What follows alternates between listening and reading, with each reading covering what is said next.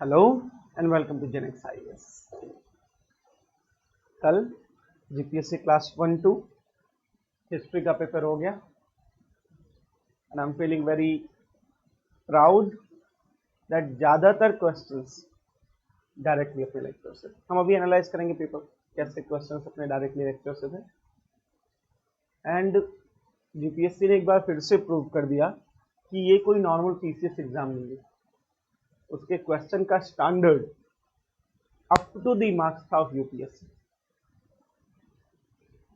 बहुत अच्छा पेपर था, बहुत स्टैंडर्ड पेपर था एंड बिना एक अच्छी एनालिटिकल अंडरस्टैंडिंग के इस पेपर को सॉल्व करना वाज वेरी वेरी टफ। तो जैसे आप लोग सोचते हो कि पढ़ के सॉल्व कर लेंगे, दैट्स नॉट द केस। काफ़ी बार क्लास में मैंने कुछ ऐसे ही टर्म्स यूज किए थे, ऐसी बातें कर ली थी, वो पेपर में एज इट इज क्वेश्चन बन के आ गया।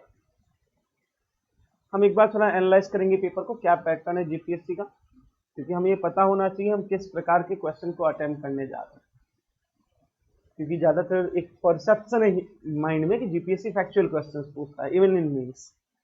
इस बार जीपीएससी ने सबको परमानेंट आसान करा दिया, बोले अब कोई बोलो फैक्चुअल पूछता है जीपीएससी। कुछ क्वेश्चन इतने ब्रिलियंट थे कि जो शायद यूपीएससी भी ना पूछे। आप में से किसी ने मुझसे मॉडर्न हिस्ट्री पढ़ी हुई है? ओके, चलो मुझे एक बात बताइएगा, जब मैं मॉडर्न हिस्ट्री पढ़ाता हूँ तो एक बात में मैं बहुत फोकस करता हूँ, वेस्टर्न एजुकेशन, सारी कमिटीज कि कैसे वेस्टर्न एजुकेशन ने नेशनलिज्म में रोल प्ले किया था। हम बाहर गए पढ़े तो हमें पता चला लिबर्टी, इक्वलिटी, फ्रेटर्निटी कॉन्सेप्ट पढ़ाया था। क्वेश्चन पेपर का क्वेश्चन था elaborate the role of western education played in the rise of Indian education, Indian nationalist movement. मतलब जो हमने क्लास में वो टॉपिक में लिखवाया एग्जैक्ट हेडलाइन से, आप लोग एक बार नोटबुक चेक करिएगा, वो ये सीधा टॉपिक उठा के क्वेश्चन है। भक्ति मूवमेंट पढ़ गए हो फिर तो आप लोग मुझसे। भक्ति मूवमेंट मैंने पढ़ाया था रिफॉर्मिस्ट मूवमेंट। मैंने कहा था इसे धर्म से मत जोड़ो, ज्यादातर समाज से जोड़ो। ओके, जीपीएससी क्लास 1-2 का क्वेश्चन आया है। इवन यूपीएससी का जब पेपर हुआ था ना, तो भी मैंने इस चीज को एग्जैक्ट ऐसे ही क्लास में एक्सप्लेन किया था, क्योंकि यूपीएससी में भी पहला क्वेश्चन इस बार भक्ति मूवमेंट पे था। क्वेश्चन है, द भक्ति movement of medieval India was prepared the extensive role of reformist movement। मतलब भक्ति मूवमेंट ने रिफॉर्मिस्ट मूवमेंट के लिए एक रोल प्ले किया, सुधारवादी आंदोलन का रोल प्ले करी थी भक्ति मूवमेंट। ये क्वेश्चन कहीं भी किसी इंस्टीट्यूट में पढ़ाया नहीं जाता। भक्ति मूवमेंट में क्या फैक्ट्स लिखाए जाते, ये अन्नार संत थे, ये अलवार संत थे। जब मैंने भक्ति लिया था चेक दैट, मैंने भक्ति मूवमेंट में कभी कुछ लिखवाया ही नहीं। काफी इंस्टीट्यूट्स में मैंने सेम लेक्चर भक्ति मूवमेंट पे लिया था। हाँ, वो लोग देखेंगे, खुश होंगे, बात अलग है। ये ऐसे बहुत आरोप भी लगे थे कि हमारे लेक्चर से मेंस नहीं क्रैक होता, बेसिक स्टडीज होती है। ये स्टेटमेंट एग्जैक्ट मैंने क्लासरूम में पढ़ाया था जब मैं उन्हें मेंस का पेपर एनालाइज कराया था यूपीएससी, सेम टू सेम। याद है मॉडर्न हिस्ट्री? देन इस बार मैंने कहा था धोलावीरा का क्वेश्चन कंफर्म है। पहला क्वेश्चन था highlight the salient features of Dholavira, first question of GS paper 1। Then थोड़ा गुजरात हिस्ट्री इंक्लूडेड है। क्या हमने ये पढ़ा था मॉडर्न हिस्ट्री में कि इंडियंस की फॉरेन रिवॉल्यूशनरी एक्टिविटीज, गदर पार्टी की पूरी कहानी बताई थी मैंने, यूरोप की कहानी बताई थी। क्वेश्चन नंबर 3 है, 4th है, analyse the revolutionary activities of Indians in Europe and other countries. अगर आपने स्पेक्ट्रम भी ढंग से पढ़ा होता तो ये स्पेक्ट्रम का टाइटल है, रिवॉल्यूशनरी एक्टिविटीज फर्स्ट फेज में। स्पेक्ट्रम का ये टाइटल दिया गया है, revolutionary activities in Europe and other nation. Even उस टाइटल को भी नहीं चेंज किया, एग्जैक्टली डाल दिया क्वेश्चन पेपर। कुछ और क्वेश्चन डिस्कस करते हैं। मजा था भाई, पेपर अच्छा था। हाँ, state how and to what extent the modern ideology has influenced the rituals of traditional Indian culture। आधुनिक विचारों ने भारत के कल्चर पे कैसे इन्फ्लुएंस किया है, क्या असर किया है। ये सब वो क्वेश्चन है जो किसी बुक में नहीं है। कोई बुक स्टडी करके आप इसको कभी आंसर नहीं कर सकते। मॉडर्न थॉट या मॉडर्नाइजेशन कि इंडियन रिचुअल कल्चर जो थे, जो हमारी पूजा पाठ की पद्धति है, जो हमारी सोसाइटी थी, उस पर कैसा इफेक्ट हुआ है। आपको याद हो तो जब मैंने एंशिएंट हिस्ट्री पढ़ा था, मैंने तभी कहा था कि ये सब चीज़ें मॉडर्नाइजेशन में चेंज होने वाली है। मॉडर्नाइजेशन के positive as well as negative impacts है। जैसे मॉडर्न हिस्ट्री स्टार्ट करेंगे तो पहला टर्म ही मॉडर्नाइजेशन और वेस्टर्नाइजेशन के बीच का डिफरेंस समझाता हूँ। नेक्स्ट क्वेश्चन,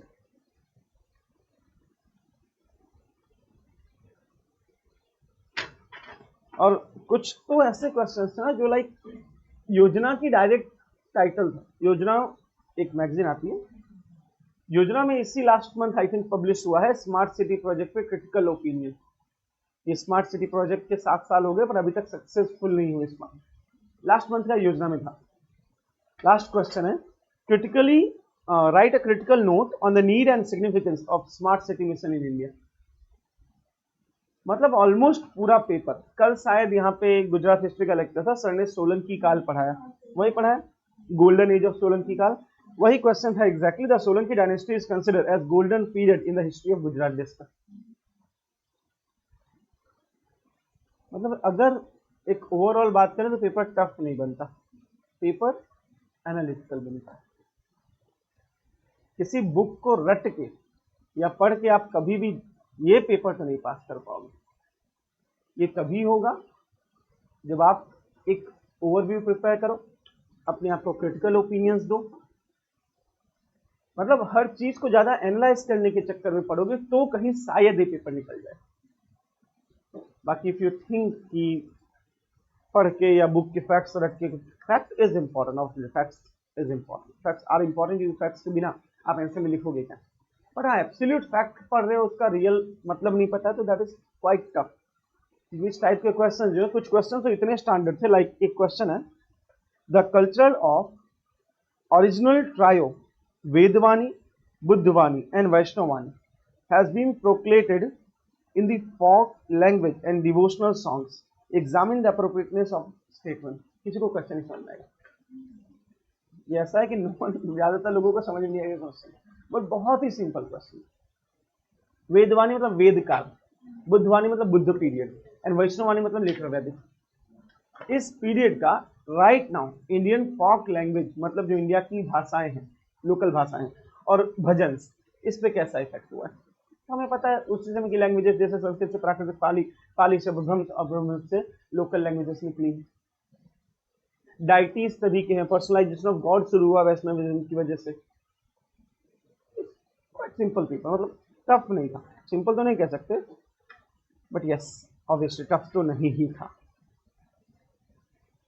तो आप लोग, हाँ एक और बात थी, लास्ट लेक्चर में जाने से पहले मैंने आपसे ये कहा था कि हिस्ट्री वो है जिसका कोई ऑप्शन नहीं है।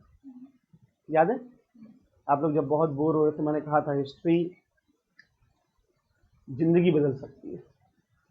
अगर इस पेपर को प्रॉपर एनालाइज किया जाए, out of 15 question 13 question history पे, जियोग्राफी तो लगभग था ही नहीं, खाली एक क्वेश्चन था, वो भी गुजरात कोस्ट लाइन, बस जियो से पूछा ही नहीं। मीन्स में 13 क्वेश्चन हिस्ट्री पे, history and culture obviously. Last lecture में कहा था हिस्ट्री बना सकती है, हिस्ट्री बर्बाद कर सकती है। जिसने सोचा अगर हिस्ट्री के 5-6 आएंगे स्किप कर देंगे, पूरा पेपर ही हिस्ट्री, तो ये स्किप नहीं होने वाला, ठीक है। बस जैसे हम चल रहे हैं, इस पेपर ने और कॉन्फिडेंस डाल दिया है कि कंटिन्यू ऑन योर पाथ। आज नहीं तो कल जीपीएससी प्रूव कर रहा है हर पेपर में। लास्ट मेंस जो हुआ उसमें भी एग्जैक्टली अपने क्लास के स्टेटमेंट्स थे, इस मेंस में एग्जैक्ट स्टेटमेंट अपने क्लासरूम से जो हम डिस्कस करते हैं। लास्ट लेक्चर में मैंने स्टार्ट करने जाने से पहले आपसे कहा था कि भक्ति मूवमेंट हम स्टार्ट करेंगे, समाजवाद, एक समाज सुधारी आंदोलन। क्वेश्चन में समाज सुधारी आंदोलन, भक्ति मूवमेंट, बढ़िया है, ओवरऑल बहुत बढ़िया है। इससे भी अच्छा ऐसे का पेपर थोड़ा डिस्कस करते हैं, 3-4 टॉपिक है, देखिए वो कैसा है। अभी आप लोग बिगिनर्स हैं, स्टिल थोड़ा समझ पा रहे हैं क्वेश्चंस को। 2-3 साल तैयारी करने वाले वहां बैठ के रो रहे कि यार कैसा पेपर बना दीजिए, अब इससे सिंपल क्या बनाएंगे। ऐसे में पहला टॉपिक था मेरा सबसे favourite topic, modernisation and westernisation are they identical? आधुनिकवाद और पश्चिमीवाद क्या सेम? जब भी मैं मॉडर्न पढ़ाता हूँ मैं पश्चिमी सिस्टम को लेके वेस्टर्नाइजेशन के बहुत क्रिटिकल रहता हूँ कि हम कपड़े खान पान हर तरह से अंग्रेज बनते जा रहे हैं। याद है मॉडर्न ऐसे पढ़ाया था? पहला क्वेश्चन वो भी ऐसे 50 मार्क्स, 50 मार्क्स पर ऐसे आप ऐसे आराम से सॉल्व कर सकते हैं।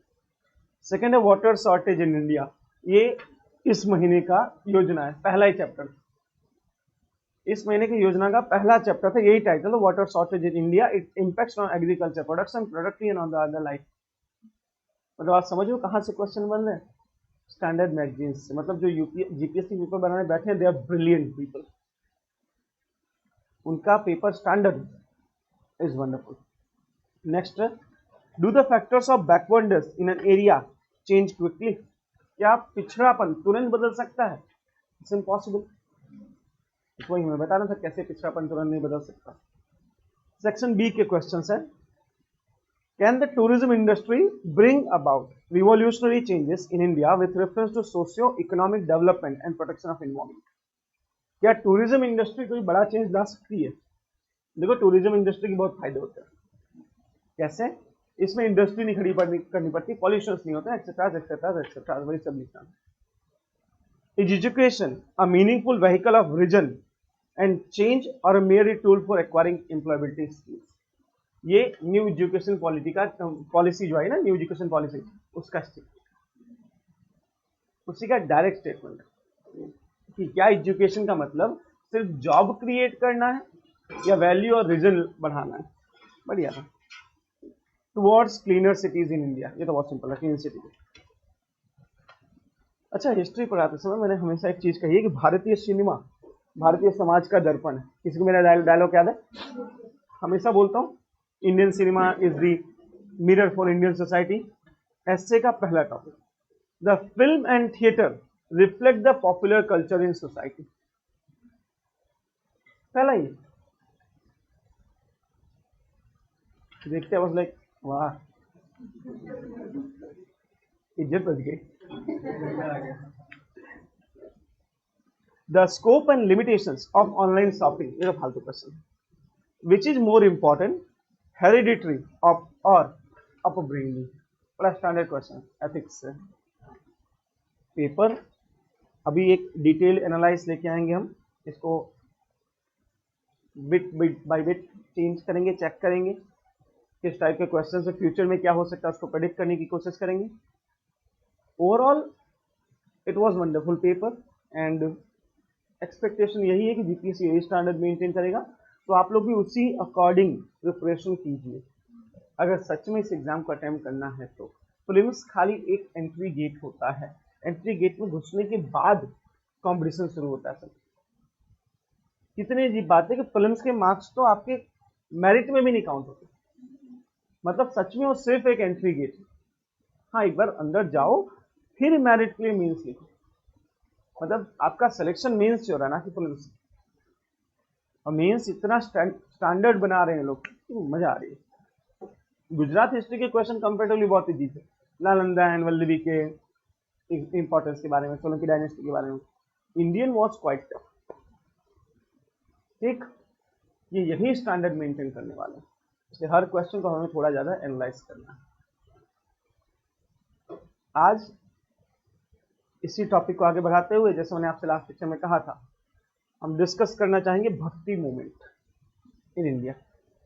अनादत से मजबूर आदमी में फैक्चुअल डेटा में आपको ज़्यादा फंसाने वाला नहीं हूँ, उसकी रियल डेप्थ को समझने की कोशिश करते हैं कि क्यों भक्ति मूवमेंट हिस्ट्री सब्जेक्ट में, मिडावल हिस्ट्री में आपको पढ़ने के लिए दिया गया है। सूफी या भक्ति मूवमेंट, दोनों में से कोई भी ऐसा, दोनों आइडेंटिकल थे। मैंने कभी भी भक्ति मूवमेंट को एक धर्म आंदोलन, धार्मिक आंदोलन नहीं कहा है। मैंने हमेशा उसे रिफॉर्मिस्ट मूवमेंट ही कहा कि भक्ति आंदोलन एक समाज सुधारवादी आंदोलन है, ना कि धर्म का। उसका धर्म के साथ संबंध ऑब्वियसली है, बट उसका बहुत मेजर इंपैक्ट हुआ इंडियन सोसाइटी में। जो हमारा ऑर्थोडॉक्स एलिमेंट था सोसाइटी का, वो धीरे धीरे कम हुआ ड्यू टू भक्ति मूवमेंट। क्या थी भक्ति? पहले भक्ति के डेफिनेशन को समझने की कोशिश करते हैं। क्या मुझे कोई भक्ति की डेफिनेशन समझा सकता है? एनीवन? डेफिनेशन ऑफ भक्ति, आप भक्ति से क्या समझते हैं? फहद तो बोलेगा हमने कभी भक्ति नहीं की भाई। फहद सूफी मूवमेंट से क्या समझता है दोस्त?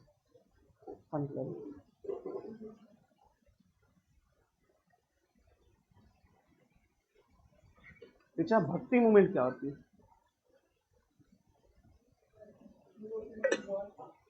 ओके, तो नॉर्मल पूजा क्या होती है? ओके, बट भक्ति के दो टाइप होते हैं बेटा, एक सगुना भक्ति है, निगुना भक्ति। सगुना में आइडल बनाते हैं,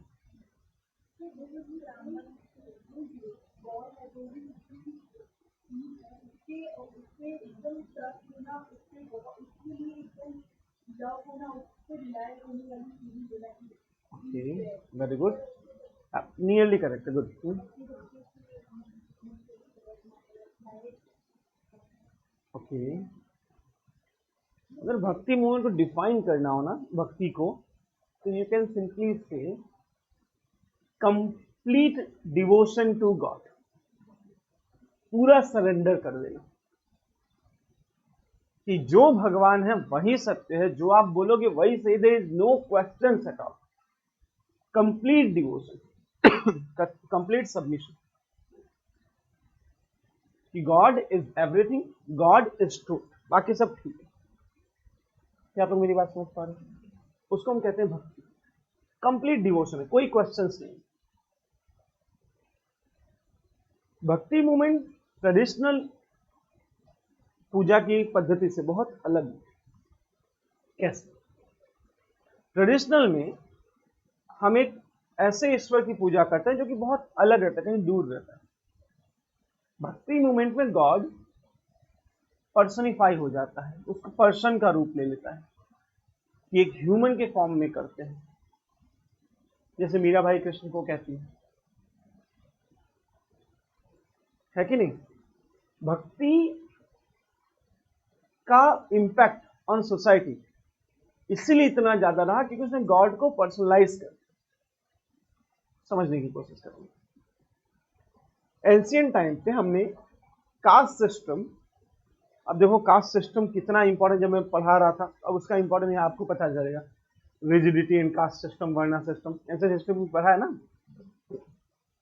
वर्णा और कास्ट सिस्टम में क्या था कि एक पुरोहित है, एक पृष्ठ है,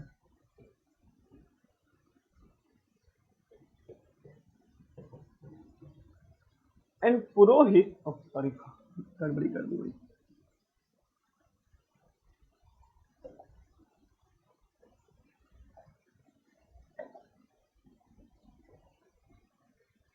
ये क्या करते थे? ये पूजा करवाते थे, यज्ञ करवाते, हवन करवाते।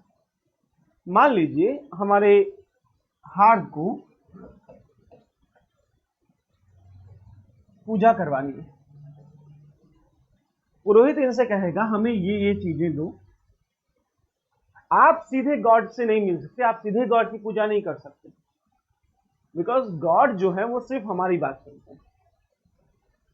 गॉड को सिर्फ शायद संस्कृति समझ नहीं आती थी, तो उन्होंने हिंदी पढ़ा नहीं होगा अच्छा।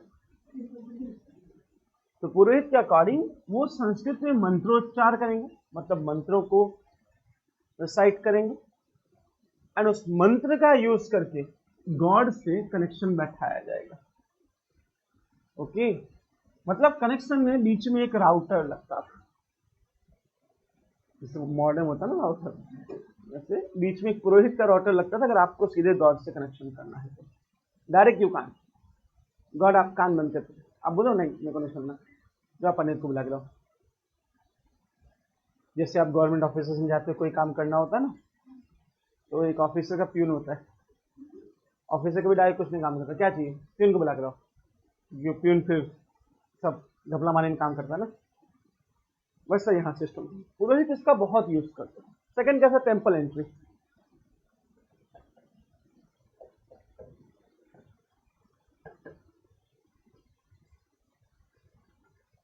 ज्यादातर लोअर कास्ट पीपल को, so called lower caste, temples में, मंदिरों में प्रवेश करने की परमिशन नहीं। अगर आपको मंदिर में जाना है तो पहले अलाउड ही नहीं था बाय द वे, और लेटर फेज में जब अलाउड हुआ तो ये बहुत स्ट्रिक्ट था, ज्यादातर लोग कभी भी लगभग महिलाओं को नहीं जाने देते थे एक्सेट्रा एक्सेट्रा। टेम्पल्स में ये अलाउड नहीं है, डायरेक्ट गॉड से खुद का कनेक्शन हो नहीं सकता। इन सब कामों के लिए पुरोहित बैठा था इसमें मोनोपोली लेके। पुरोहित बोले जो है वो सिर्फ मुझसे होगा और कोई कुछ नहीं कर सकता। इस तरह पूरे सोशल स्ट्रक्चर पे पुरोहित सबसे ऊपर आ गया। क्या आप समझ पा रहे? पुरोहितों ने कंट्रोल स्टैब्लिश कर दिया बाकी सारे वर्णों पे through this system, monopoly on God, कि भगवान से हमारी सुनते हैं। क्लियर है पायल? समझ पा रही मेरी बात? पक्का? और क्या है, जब ये सिस्टम हुआ तो इससे सोसाइटी बहुत रिजिड होती गई, मतलब कठोर बनती गई। ये लोग अपनी मोनोपोली स्टैब्लिश करते जा रहे हैं, बाकी सब शोषण का शिकार होते जा रहे हैं। धीरे धीरे लोगों ने डिमांड्स बढ़ा दी। इफ यू वांट कि हम लोग आपके लिए पूजा करें तो हमको इतना गिफ्ट दो, या हमको ये दो, हमको वो दो। सडनली हुआ क्या,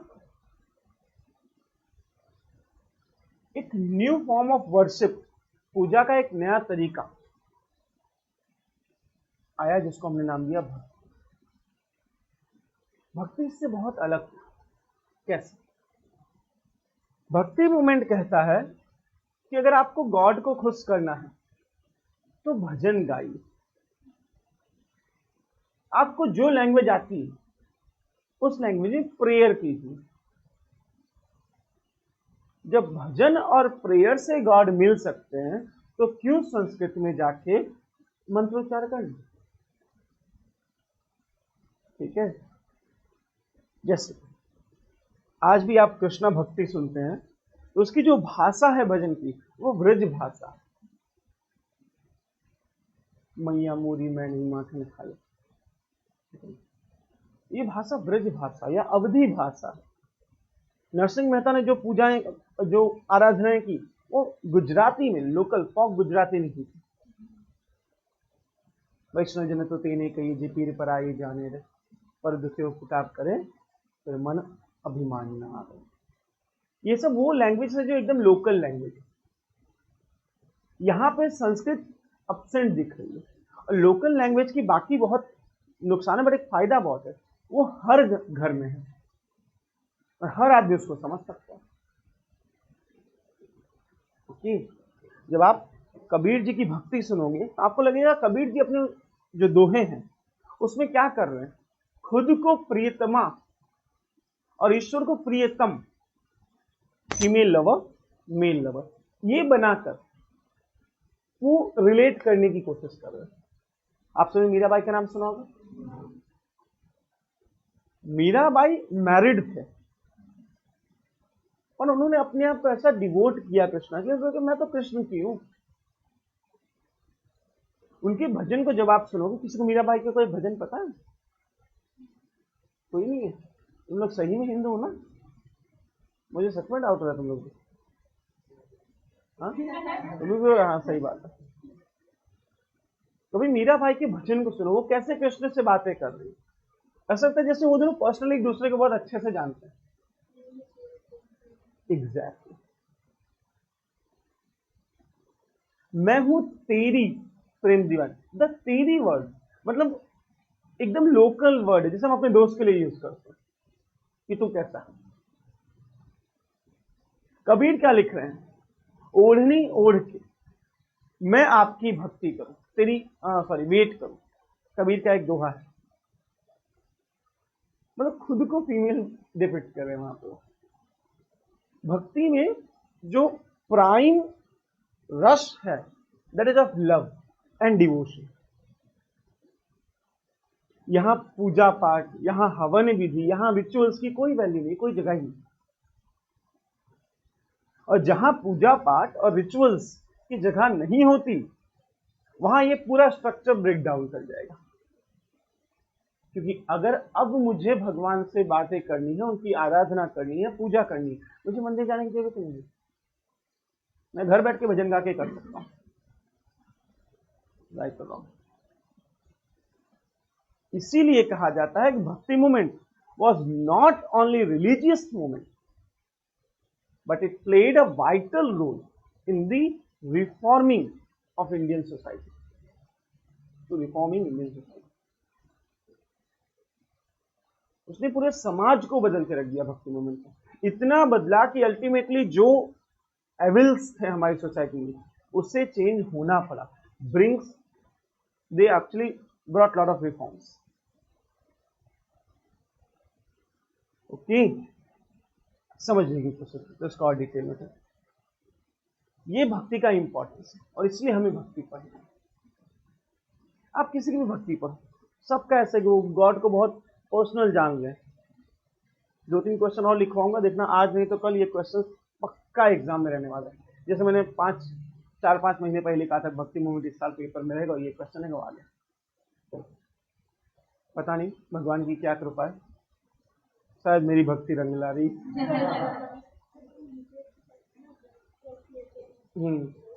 यही था. जैसे यूपीएससी का मेंस हुआ था, मैंने इनके इंस्टीट्यूट में ये लेक्चर प्रॉपर लिया था, इसको प्रॉपर एक्सप्लेन किया था. अब इससे इस टाइप का क्वेश्चन बनेगा. भगवान खुश है. अब इसको थोड़ा और डिटेल में समझते हैं, कहाँ से आई भक्ति, कैसे. नदर्न इंडिया में कुछ यूं हुआ कि आपको पता हो तो एक एम्पायर आया था, सातवाहना एम्पायर. देखो ये हिस्ट्री जो होगी ना बहुत डिफरेंट होगी. आप जो जनरल बुक्स में पढ़ोगे, यहाँ पढ़ोगे, उसमें बहुत ज्यादा कॉन्फ्लिक्टिंग आइडियाज होंगे. ये बुक्स उतना एनालाइज नहीं करती चीजों को.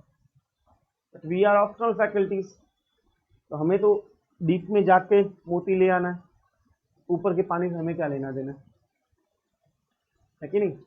जैसे कवि कहते हैं ना, जहां ना पहुंचे रवि वहां पहुंचे कवि. मतलब जहां सूरज की किरणें भी नहीं पहुंचती वहां कवि पहुंच जाता है. हम ऑप्शनल वाले की वही जिंदगी है, जहां कोई नहीं आता वहां ऑप्शनल वाले कुछ जाते हैं. यार भाई कुछ निकाल के नहीं करते, कुछ काम ही आ जाए, आ भी जाते हैं फॉर्चुनेटली. सातवाहना एम्पायर ने एक नया सिस्टम चालू किया था, एक्सटेंसिव लैंड ग्रांट्स. याद है, ब्राह्मणों को बहुत लैंड ग्रांट दी, दान दिया. और यही एक प्राइम रीजन भी है उनके डिक्लाइन के पीछे. हमने पढ़ा है reasons of decline. Extensive land grant main area में तो देंगे नहीं, क्योंकि वो जमीन तो सबकी पहले से ही. मान लो ये एम्पायर है, तो एम्पायर का पेरिफेरियल एरिया जो किनारे वाला होता है वो दिया गया ब्राह्मणों को दान. अब यहां कैसा है कि ये एरिया जंगलों वाला होगा, ट्राइबल एरिया होगा पूरा. ओके, जैसे आज भी अहमदाबाद की पेरिफेरल ट्राइबल, किसी भी सिटी की पेरिफेरल ट्राइबल होती है. तो ब्राह्मणों को जब यहां अब एग्रीकल्चर करवाना है, देखो मैं यहां एक टर्म ब्राह्मण यूज करता हूं, डजंट मीन एनी कास्ट और समथिंग. वो उस समय के एक सोशल स्ट्रक्चर की बात मैं करता हूं, तो प्लीज कोई इससे ऑफेंस ना हो. अगर कोई हो तो माफ करना, मैं खुद हूं इसलिए I can say I have that freedom. हाँ, अगर मैं ना होता तो मैं नहीं बोल सकता, पूरा समाज खड़ा देता हाउ यू डेयर. मैं खुद हूं and I'm proud of that. So it's not about any caste or something, it's just about a social structure existed that time. आज वो नहीं है. मैं आज को लेके मॉडर्न दुनिया के चश्मे से नहीं देख रहा हूँ. हमारी तकलीफ यही है, हम हिस्ट्री को मॉडर्न दुनिया के चश्मे से देखते हैं, फिर बोलते हैं अरे यार सब खराब था. आज से चलो ना 3000 साल पहले, वहां बैठ कर सोचते. एक ऐसे वर्ल्ड में हम रह रहे हैं जहां democracy, idea of liberty, fraternity and equality है. एक ऐसे दुनिया में जहां हम राइट्स की बात कर रहे हैं, बिल ऑफ राइट्स हैं यूएस के, हमारे फंडामेंटल राइट्स, जहां वोटिंग और डेमोक्रेसी है, उस दुनिया में बैठ के हम उस जमाने को जज कर रहे हैं जहां किनशिप हुआ करता था. तो ये तो यार अन्याय है उस समय के साथ में. सच में उस समय को जज करना, आओ चले तब. इसलिए यहाँ मैं जो भी कास्ट या जो भी रिलीजन मेंशन करता हूँ, इसका मतलब आज से या मॉडर्न दुनिया से कोई लेना देना नहीं. ये उस समय के सोशल स्ट्रक्चर्स हैं जो कि पढ़ना ज्यादा जरूरी है, क्योंकि वहीं से यहाँ इन्वॉल्व हुआ है. And with the blessing of God, GPSC और यूपीएससी दोनों इस चीज को प्रूव कर रहे हैं हर एग्जाम में कि this is what we actually require. कुछ लोगों ने ऐसे आरोप लगाए थे मुझे, कुछ चीजें लग जाती है ना अंदर जाके, सर जो पढ़ाते हैं ओनली बेसिक्स. अब हम एडवांस पढ़ाएंगे, इससे एडवांस ढूंढ लो, यूट्यूब पे लाइव बोला, इससे एडवांस ढूंढ लो। और है किसी में हिम्मत तो बताओ। मेंस के डायरेक्ट क्वेश्चन, जैसे मैंने बताया था, which lecture dated I am saying, economic survey का लेक्चर ले रहा था, पहला दिन था, उसमें मैंने यूपीएससी के पेपर डिस्कस करा था। यूपीएससी के पेपर में पहला क्वेश्चन भक्ति मूवमेंट का, तो उस समय मैंने यही क्वेश्चन क्लास में लिख पाया था कि नेक्स्ट ईयर ये क्वेश्चन होगा। तो dated with recorded lecture I am saying, live इसलिए बोल रहा हूँ खुद। समटाइम ओनली टाइम आपको प्रूव करता है।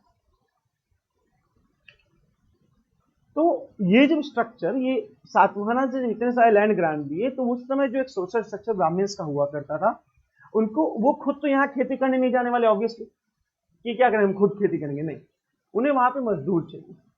कहां से लाएंगे? तो उन्होंने क्या सोचा कि ये जो ट्राइबल लोग हैं, इन्हीं को सोसाइटी में हम क्या करें, ज्वाइन करवा दें, क्योंकि वो सोशल स्ट्रक्चर में थे नहीं, आज भी नहीं है।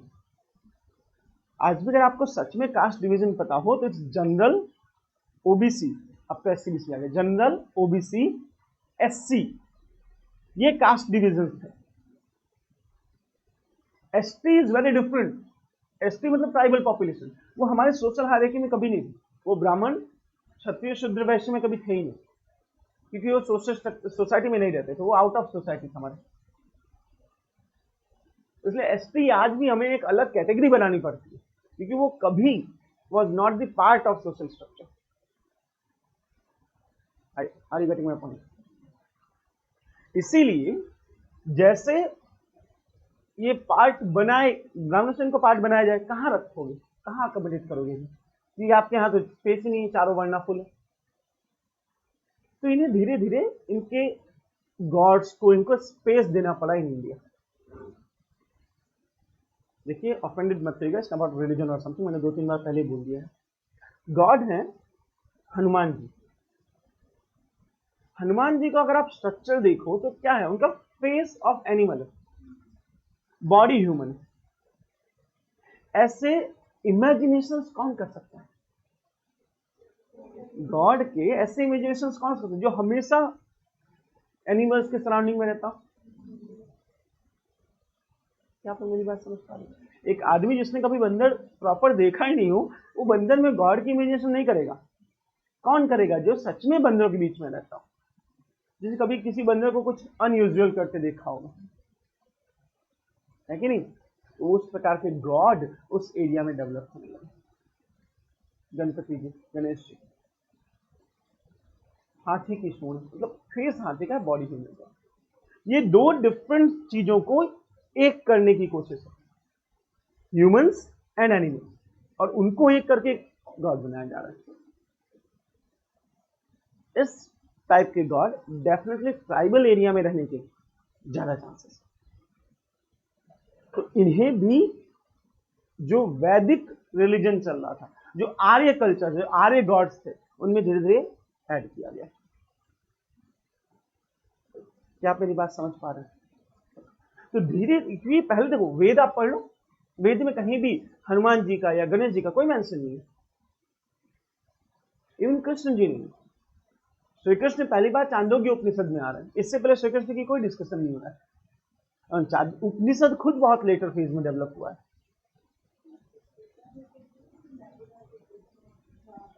दैट आई एम सेइंग ना, ऐसा कुछ नहीं है। हमने सिर्फ जैनिज्म ने अपने रिलीजन को ज्यादा ओल्ड दिखाने के लिए वहां कनेक्ट कर दिया, और कृष्ण तो पहली बार ये शब्द वासुदेव कृष्ण ये खुद मेंशन हो रहे हैं चांदोग्य उपनिषद में, इससे पहले इनका कहीं कोई मेंशन नहीं। मतलब ये लेटर फॉर्म्स के गॉड है, जिसने आर्यन कल्चर में अपने आप को मिला लिया। क्या आप मेरी बात समझ पा रहे हो? इसका साइन कम करिए।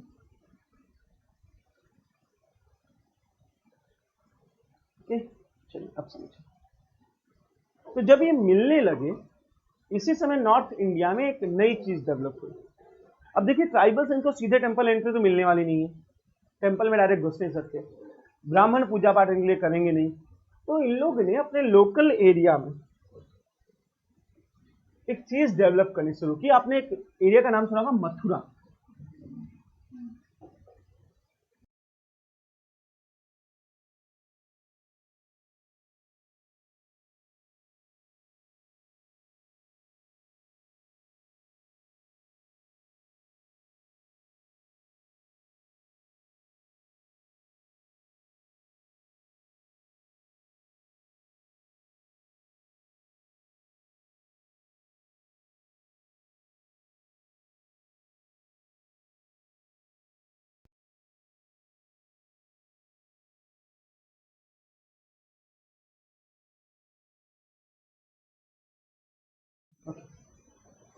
सो मथुरा के एरिया में उस समय 5 प्रोमिनेंट लोग, गॉड्स, लोकल लोगों में फेमस,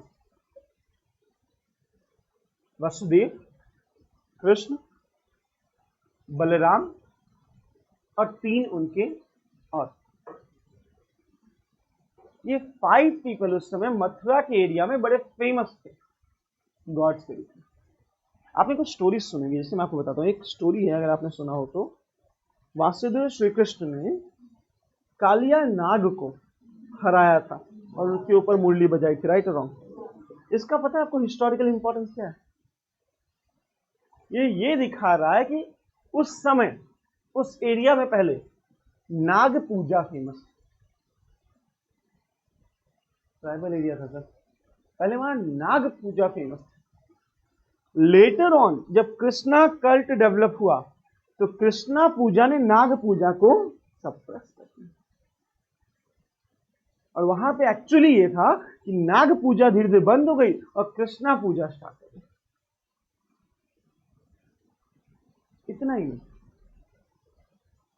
मुझे पता है मैं बहुत ज्यादा डिटेल जा रहा हूँ रिलीजन में, बट अच्छे से समझ लीजिए चीजों को, कि जिस टाइप के क्वेश्चंस बन रहे हैं ना, बिना deep understanding it is very hard to crack. एक और स्टोरी आपने सुनी होगी, गोवर्धन पर्वत को अंगुली में उठाने की। इसका हिस्टोरिकल इंपॉर्टेंस ये है कि इंद्र जी, भगवान इंद्र, वो एक वैदिक गॉड है। इंद्र वेद में, ऋग्वेद में सबसे ज्यादा बार रिसाइट किए गए गॉड है। He was a Vedic God. तो कृष्णा इंद्र को हरा रहे हैं। आपको पता होगा फिर इंद्र खुद प्रकट होते हैं, कृष्ण से माफी मांगते हैं, फिर गोवर्धन पर्वत को नीचे रखा जाता है। ये क्या दिखा रहा है? एक वैदिक गॉड को हराया गया है by a local god of that time, right? पक्का इस तरह एक कॉन्फ्लिक्ट उस समय सोसाइटी में डेवलप हो रहा था कि जब लोकल गॉड्स इतने ज्यादा हो गए, ट्राइबल्स अपने गॉड बनाने लगे, शूद्रास के गॉड अलग हो गए, तो कोई टेंपल आ ही नहीं रहे। अब किसी को यज्ञ नहीं करवाना, क्योंकि इनकी पूजा पद्धति कैसी थी? प्रेयर्स, सॉन्ग्स, तो भी लोकल भाषा जो उनको आता था उस भाषा में। अब इस एरिया की भाषा है ब्रज, तो ब्रज भाषा में भजन। इस तरह होने लगा तो कोई मंदिर या पूजा पाठ बंद करवा दिया। धीरे धीरे importance of Vedic god decline करने लगा। Indra, Vishnu, Rudra, Shiva is not a Vedic god, ये मिसअंडरस्टैंडिंग करनी चाहिए। शिव वैदिक गॉड नहीं, वैदिक गॉड थे रुद्र। ये अपनी इंपॉर्टेंस धीरे धीरे खोते गए, लेकिन एज वी नो कि सोसाइटी को मेंटेन करने के लिए देवर सम पुरोहित, उन्होंने एक न्यू टेक्निक अपनाई। उन्होंने क्या किया? नया कॉन्सेप्ट लेके आ गए। मैंने एक बार और क्लास में पहले भी डिस्कस किया होगा।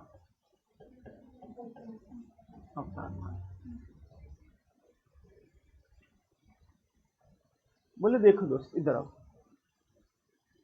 क्यों खुश है? वो बोले श्री कृष्ण इतने महान है। बोले बिल्कुल महान है, मैं भी मानता हूं महान। तो बोले हमारे भगवान, मतलब बोले काय का तुम्हारे भगवान? तुम्हारे भगवान नहीं है, ये एक वैदिक भगवान है विष्णु, उनका इनकारनेशन, उनके अवतार है ब्रो। नहीं मैम, नहीं था। यस, वहां पे विष्णु, रुद्र और प्रजापति, ये 3 भगवान हुआ करते थे। ब्रह्मा और शिव का कॉन्सेप्ट लेटर वर्ड में है, बताता हूं। क्या आप मेरी बात समझ पा रहे हो? इनकारनेशन ने क्या बोला अवतारवाद में? जहां मथुरा में भगवान श्री कृष्ण बहुत फेमस, बोले इधर आओ, कौन है कृष्ण? ये विष्णु बैठे, इनके अवतार है। चलो सब हिंदू में आ जाओ वापस।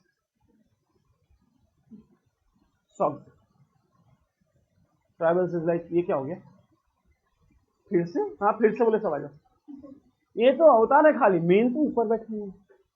आपने एक और नाम सुना होगा, नारायण। नारायण एक्चुअली पता कहां थे? ये उत्तराखंड वाला जो एरिया ना, पूरा शिवालिक बेल्ट, शिवालिक हिमालय का, वहां के एरिया में नारायण गॉड फेमस। बोला कहाँ कहाँ के नाम है, कोई अलग भगवान थोड़ी है, ये सब हमारे विष्णु है। चलो, क्या आप मेरी बात समझ पा रहे? इस तरह तीन लोगों की ग्रुपिंग बने, नारायण, विष्णु और कृष्ण। और इसी को मॉडर्न फॉर्म में हम कहते हैं वैष्णविज्म। यही तुम्हारा वैष्णविज्म है, वैष्णववाद।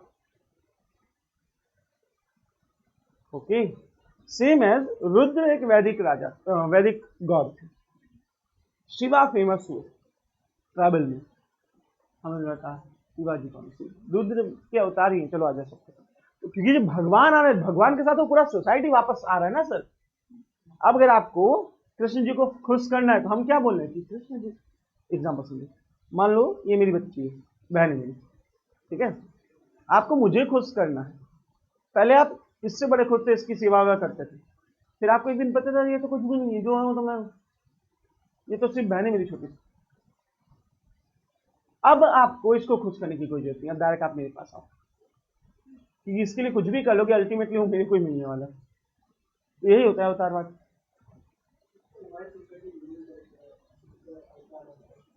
Because people need them believe. समझाया गया इस तरह, ये तो सब अवतार है, ऐसा नहीं होता। ईश्वर धर्म यदा यदा धर्मस्य ग्लानि भवति भावना, जब जब धर्म का नाश होगा तब तक श्री कृष्ण आएंगे, अवतार होगा विष्णु का, तो कृष्ण भी अवतार निकले, नारायण भी अवतार निकले।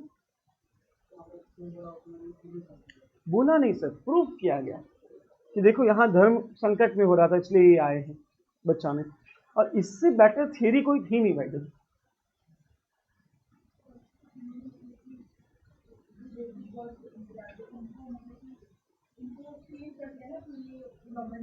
हाँ एग्जैक्टली, तो उस समय देखो ट्राइबल पीपल एजुकेटेड नहीं थे, उतना रीजनिंग नहीं थी उनके लिए, उनको जिस तरह गाइड किया वो हुए, अब पूरी सोसाइटी जान गई।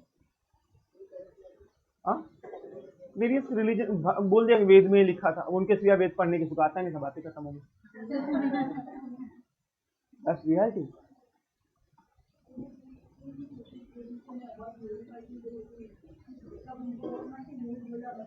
हाँ ऑब्वियसली, अब आप, मैं जो भी आपको क्लास में बता रहा हूँ, ईमान में तो आप लोग कितने जाके क्रॉस चेक करते हो?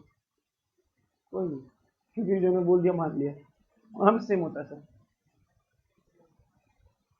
Okay, that's reality sir. इसी तरह शिव, रुद्र, ये एक साथ मिले और बना शैविज्म। दक्षिण भारत में इसी को अलवार एंड नैनार कहते हैं। और यहां से एक्चुअली पहली बार जब ये जुड़े तो इनकी पूजा पद्धतियां भी जुड़ी, इनका फॉर्म ऑफ वर्शिप भी हमारे साथ ज्वाइन हुआ। तो इनका फॉर्म ऑफ वर्शिप क्या था? प्रेयर्स, सॉन्ग्स, राइट और रॉन्ग। इसलिए भक्ति का आपको एक इन्फ्लुएंस नॉर्थ इंडिया में वैष्णववाद के समय से दिखता है। बुक्स में लिखा हुआ है भक्ति उपजी दक्षिण में लायो रामानंद। भक्ति दक्षिण भारत में है, आई एग्री, बट उसका ट्रेसेस आपको यहां मिलेगा।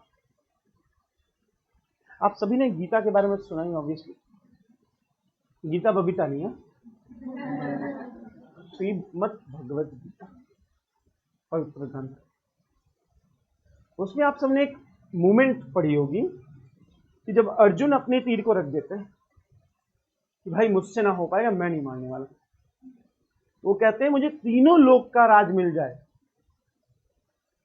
पृथ्वी लोक, स्वर्ग लोक, पाताल लोक, फिर भी मैं अपने परिजनों पे हाथ ना उठाऊं, अपने फैमिली मेंबर्स को ना मारूं, ऐसा कह के अर्जुन वॉर बंद कर देते हैं। उस समय श्री कृष्ण क्या कह रहे हैं? ये बड़ी नींद आती है उस समय। उस समय श्री कृष्ण क्या कहते हैं? श्री कृष्ण आए, उन्हें अपना विराट रूप दिखाया कि देख तू तो कुछ कर ही नहीं रहा, जो वो सब मैं, जो होगा वो मेरा होगा। तो एक माध्यम मात्र, यह कृष्ण जी का उपदेश गीता में, राइट और रॉन्ग। और अर्जुन ने तीर उठाई चला दिया। ये क्या दिखा रहा है एक्चुअली? अर्जुन का complete devotion to Shri Krishna. Arjun ने कंप्लीटली कृष्णा को समर्पण कर दिया। बोले बिल्कुल सर, जो हो सब आप हो। यही तो है भक्ति। और भक्ति ऐसा, हाँ रसोई तो बहुत बाद में लिखी गई है एक्चुअली, वो एक रिक्रिएशन है। बट ये आई थिंक आप लोग इतना क्लियर कर पाए हैं। इसलिए ये जो भागवतवाद था, ये उत्तर भारत में भक्ति की झलक दिखा रहा है। एंड एक्चुअली भक्ति की शुरुआत not in modern format but in raw format north India से हुई, राइट? क्या नहीं करता? मैं रिलीजन पे कमेंट नहीं कर सकता, मुझे अभी कुछ साल और जिंदा रहना है। नहीं सर भाई, मैं बोला मैं रिलीजन पे बिल्कुल कमेंट नहीं कर सकता, मुझे कुछ साल और जिंदा रहना है। हाँ, जिस दिन मुझे ना कि चलो अब अंतिम समय आ गया, सुसाइड का मन कह रहा है, पक्का रिलीजन पे कमेंट चालू कर दूंगा। वही आज की दुनिया में तो बिल्कुल नहीं।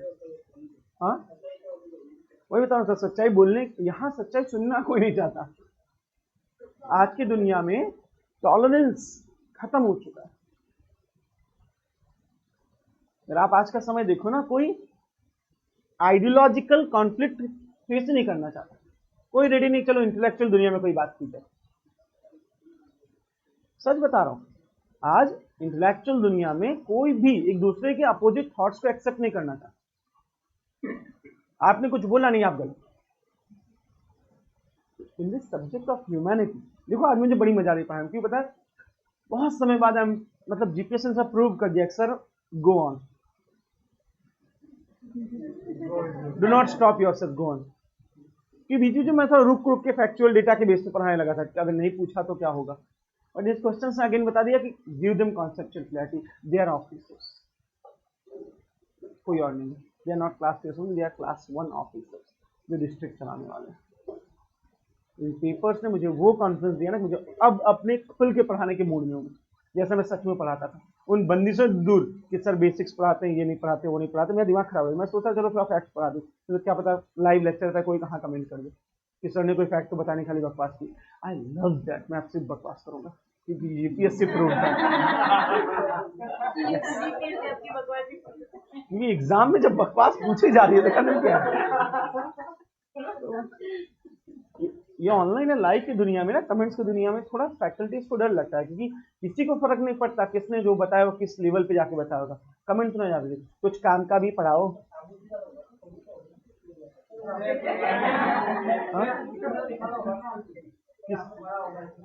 मैंने बहुत इतिहास पढ़ा है, बस वही बता, मैंने कब मना किया है? I definitely agree sir. Humanity जो हम पढ़ते हैं, ये वो विषय है ना जहाँ पे थॉट्स डिफर करना इज एब्सोल्युटली इम्पोर्टेंट। अगर आप मेरे सारे विचारों से अग्री कर गए तो ये विषय खत्म हो जाएगा। ये साइंस थोड़ी कि नई रिसर्च होने वाली है।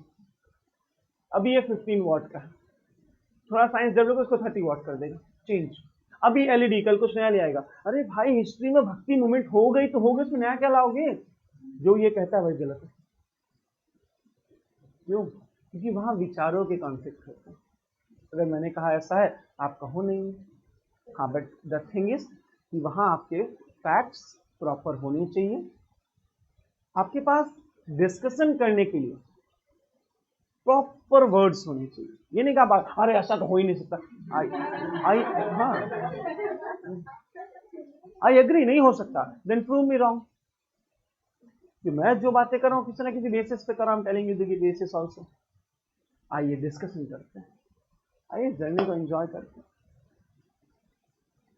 पास होना इज नॉट इम्पोर्टेंट। ये जो सफर आप जी रहे हो ना, ये सफर आपके लिए बहुत इम्पोर्टेंट, क्योंकि आपको विचारों को आपको ह्यूमन बना देगा। अभी तक सिर्फ हमने जन्म लिया, अब ह्यूमन बनेंगे। इस जर्नी को एंजॉय कीजिए, आइए डिस्कस करते हैं। ह्यूमैनिटी की दुनिया में थोड़ा जंप लगाते हैं। मैं खुद साइंस बैकग्राउंड से, भाई आई बिलीव साइंस तो आपको रीजनिंग नहीं दे सकता। एक्चुअली साइंस आपके रीजनिंग को मार देता है, क्योंकि science is very simple. Theorem है मतलब वो सत्य है। If X square plus Y square is equal to Z square, Pythagoras theorem, that's it, it's not going to change. Himanshu बोलता नहीं, अगर ये लड़की है तो लड़का भी हो सकता है, प्रूव दैट। एग्जैक्टली,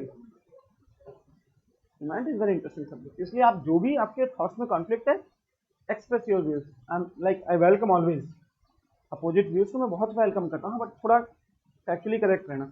ऐसा नहीं करे, ऐसा कैसे हो गया, ठीक है। इसको थोड़ा आगे बढ़ाते हैं हल्का। ओके, अगर आपको प्रीलिम्स में क्वेश्चन पूछा जाए, प्रीलिम्स की फैक्चुअल डेटा की लिमिट मैक्सिमम इतनी है कि मिड लेवल में दक्षिण भारत, साउथ इंडिया, ठीक है। हाँ, बट अगर क्वेश्चन मेंस में आता है तो आपको ये एनालाइज करना ही पड़ेगा कि विदाउट दैट आप कभी नहीं सोच पाओगे कि एक्चुअली क्या था मीनिंग। समझ पा रहे हैं? प्रीलिम्स के लिए आपको एक चीज याद है, दक्षिण भारत से भक्ति निकली, बट वो मीन्स, अरे भाई ये आप मुझे बताना है कैसे पॉसिबल है विदाउट भक्ति, विदाउट कॉन्सेप्ट ऑफ भक्ति ये चीज कैसे हो सकती? कृष्णा जी के बिना भक्ति कोई सोच भी नहीं सकता ना। कृष्णा बहुत पहले आ चुके थे वैदिक नॉर्थ इंडिया में, मिड लेवल की कहा, उपनिषद तो एंशिएंट में लिखे गए ना, वहां पे साइड थॉट्स हमने किसी और पढ़ी, अगर किसी को याद हो तो, ऋषि अगस्त की कहानी। हिमालय नहीं, विंध्य, उत्तर से दक्षिण में गए थे, विंध्य पर्वत ऊंचे हो रहा था, याद है पूरी कहानी ऋषि अगस्त की। आज जैसे नहीं पढ़ा, मैं एंशिएंट हिस्ट्री के लेक्चर्स देख सकता है, जो कि अवेलेबल नहीं है। ऋषि अगस्त उत्तर भारत के ऋषि थे, बहुत महान ऋषि, देखो माइथोलॉजिकल ऋषि हैं, ओरिजिनल एग्जिस्टेंस में नहीं प्रोवाइड हुए। ये दक्षिण भारत जा रहे थे, तो बीच में विंध्य पर्वत को मस्ती सूझी, तो विंध्य पर्वत बड़ा होता गया, ऋषि अगस्त बेचारे चलते हैं, पर्वत बड़ा होते जा रहे हैं। अगस्त को आया गुस्सा, विंध्य को दे दिया साफ, अब विंध्य खत्म होने लगा।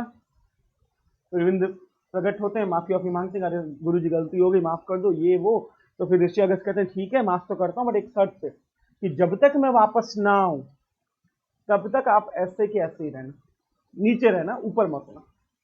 इसलिए आज तक वो नीचे, क्योंकि अभी तक ऋषि अगस्त वापस नहीं आया दक्षिण भारत। ये कहानी ऋषि अगस्त की, बट ये कहानी हिस्टोरिकली कहाँ इंपॉर्टेंट, ये तो माइथोलॉजी, कोई पर्वत छोटा करना, दैट हार्ड टू बिलीव।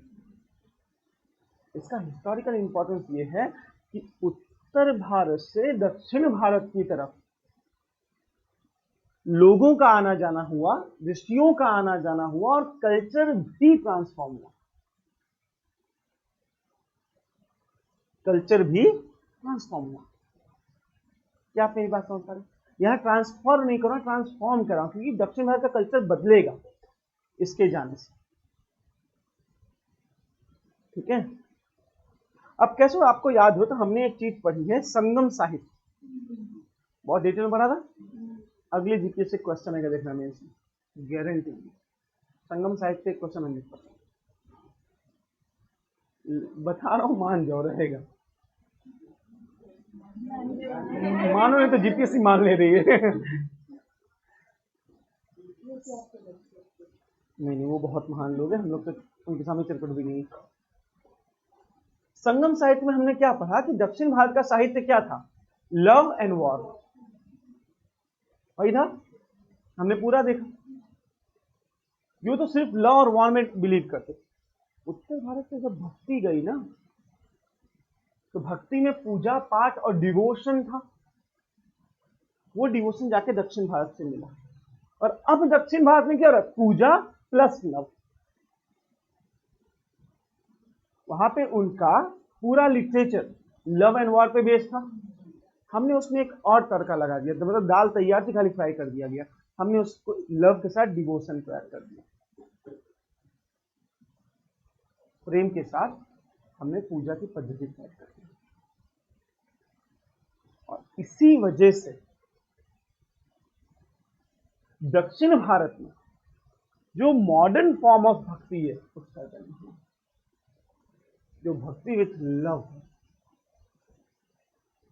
समझ पा रहे हैं आप लोग?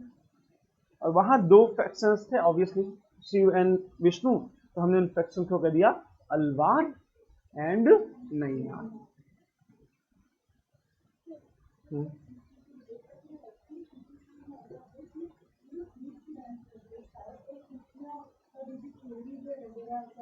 कुचिपुड़ी बहुत इतना एंशिएंट नहीं है सर, ये ज्यादा है।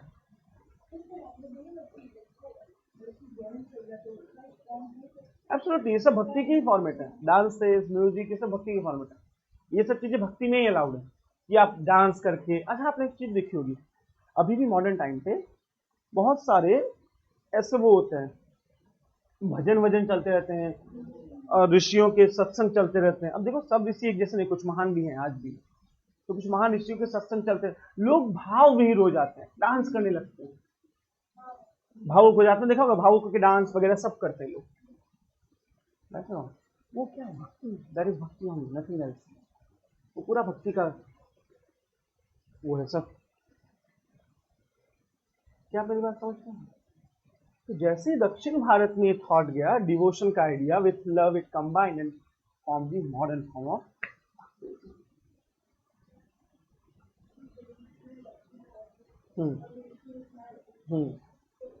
मेंस में ये नहीं लिखा कि उत्तर भारत से उत्पन्न हुई, मेंस में लिखा कि इसके ट्रेसेस उत्तर भारत में देखे जा सकते हैं। लाइक कृष्णा भक्ति, भगवत गीता, यहाँ complete devotion is the form of भक्ति ओनली। बेस तो आपको कुछ देना पड़ेगा, कहाँ से आया है क्वेश्चन है, दक्षिण भारत में भक्ति आई कहाँ से? सबसे बड़ा क्वेश्चन, अगर कोई भी बोल दे दक्षिण भारत से शुरू हुई, कहाँ से आई, कैसे आई भक्ति दक्षिण भारत में, तो वहां ये फॉर्मेट पूरा हमारा काम करता है। ये उसकी रियल जर्नी है जो किसी बुक में नहीं है, किसी भी बुक में नहीं है। एक बड़े इतिहासकार है, हिस्टोरियन है, बड़े फेमस है, L Basham, the wonder India was book के राइटर। एल बैसम अपनी बुक में एक नई थ्योरी चिपका रहे हैं। वो कहते हैं भक्तिज्म तो क्रिश्चियनिटी से सीखा गया है सर, क्योंकि क्रिश्चियनिटी में हम गॉड के टुवर्ड्स एकदम अपने आप को दे देते हैं, जैसे वो क्रूसिफाइड हो गए, ये कहते हुए कि चलो ये सब तो कुछ नहीं, इनकी तो कोई गलती नहीं, भगवान ऊपर है, उसके भरोसे जा रहा हूं टाइप। पर ज्यादातर इंडियन हिस्टोरियंस इस पर बिलीव नहीं करते, इंडियन हिस्टोरियंस इस चीज पर बिल्कुल बिलीव नहीं करते। क्या इतना क्लियर है?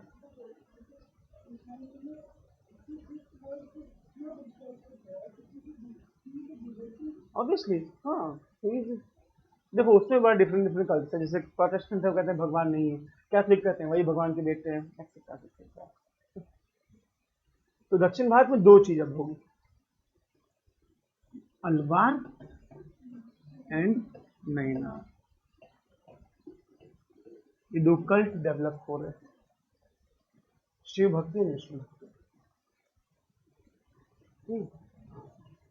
और फिर यही धीरे धीरे जब बहुत आगे बढ़ा, भक्ति मूवमेंट आगे बढ़ी, तो साउथ से एक ऋषि नॉर्थ आए, बहुत फेमस ऋषि रामानुज।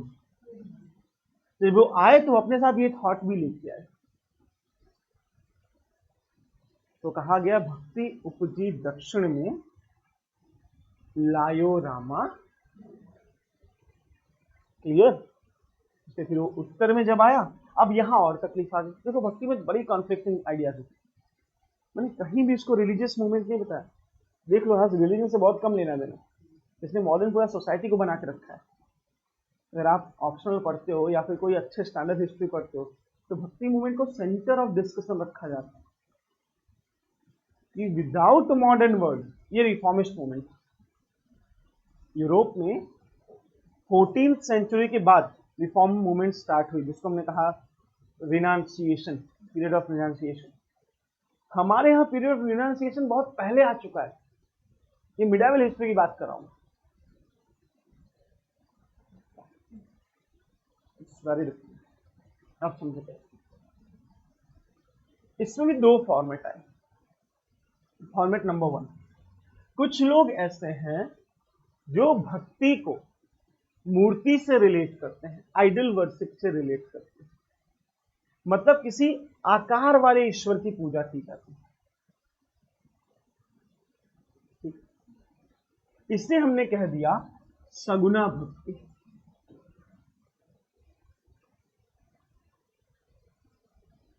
जो ईश्वर को एक ह्यूमनाइज फॉर्मेट में लाते हैं और फिर उसकी पूजा की जाती है, लाइक कृष्णा, रामा, राम भक्ति की भी स्टार्टिंग यहीं से हो रही है।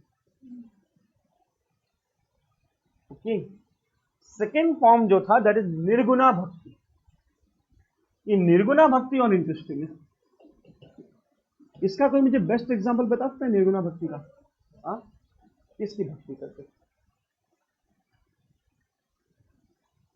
और ये क्वेश्चन पूछा गया यूपीएससी में, who among the following word belonging actually belong to nirguna bhakti? Nirguna भक्ति एग्जाम्पल गुरु नानक। गुरु नानक देव जी ग्रंथ की भक्ति कर रहे हैं, ह्यूमन फॉर्मेट की नहीं। तुलसीदास रामचरितमानस की भक्ति कर रहे हैं। तुलसीदास की भक्ति राम ह्यूमनाइज फॉर्मेट में नहीं है सर। कभी उनकी बुक पढ़ो, वो बहुत अलग तरह से भक्ति करे। उनकी कभी कविताओं को पढ़ो, उन्होंने जो दोहे लिखे उसको पढ़ो। वो दोहे उस जमाने से बहुत आगे थे। उन्होंने गॉड के फॉर्म को बदल, गॉड का फॉर्मलेस है। कण कण में ईश्वर बसते हैं, तो कण कण में ह्यूमन तो नहीं बस सकता ना। मतलब गॉड का कोई एक फॉर्मेट नहीं है, उसका कोई एक कलर नहीं है। हिंदुइज्म कहा है कण कण में ईश्वर है। जब कण कण में ईश्वर है तो ईश्वर क्या अंदर घुस के बैठे नहीं, वो खुद ईश्वर है। हम कहते हैं हर इंसान में ईश्वर है, वो निर्गुणा भक्ति से है। यही एक बहुत इंपॉर्टेंट नाथ पवित्र है।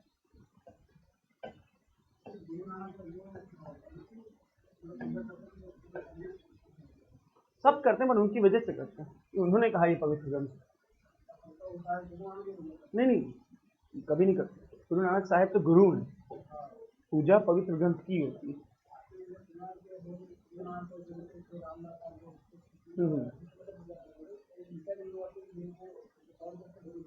नहीं, गुरु ग्रंथ जो गुरु नानक साहब कहते गए हैं सबसे वर्शिपिंग तो उसी को। हाँ, गुरु कौन रहेगा वो डिसाइड नहीं हो रहा, हमने ग्रंथ को ही गुरु बना दिया, जैसे गुरु ग्रंथ साहिब कहते हैं उनको।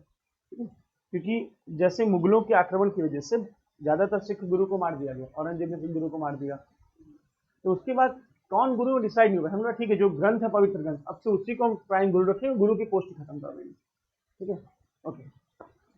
हाँ, मैं कहा था भूल गया। नाथपंथी का कोई बेस्ट एग्जाम्पल बता सकते हैं मुझे? आज बड़ा फेमस है आजकल, बहुत फेमस है नाथपंथी सर आज के। कोई आदमी जो नाथपंथ से बिलोंग करता है, योगी आदित्यनाथ जी बिलोंग टू नाथपंथी होंगे। नाथपंथी का कॉन्सेप्ट बड़ा लगे, पता है हिंदुइज्म में आज वोट हिंदुइज्म के नाम पे है, बट एक कट्टर विरोधी थे हिंदुइज्म। ये फॉर्मलेस गॉड में बिलीव करते हैं।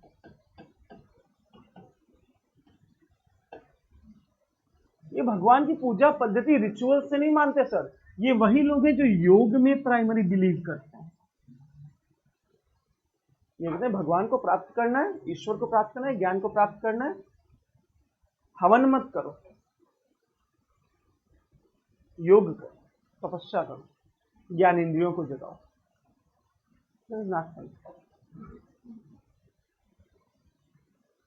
ओके, देखिए एग्जाम्पल्स ऐसे याद रखना जो कि याद रह जाए, रट्टा मारो के पागल हो जाओगे। मीराबाई वो एक सगुना भक्ति कर रही है, वो कृष्ण को अपने प्रियतम के रूप में बना के उसकी भक्ति कर रही है। निम्बार्काचार्य या फिर महाराष्ट्र में क्या नाम था उनका, महाराष्ट्र में कौन से गुरु बहुत फेमस है? संत तुकाराम और सूरदास। ओके, और कोई? हाँ,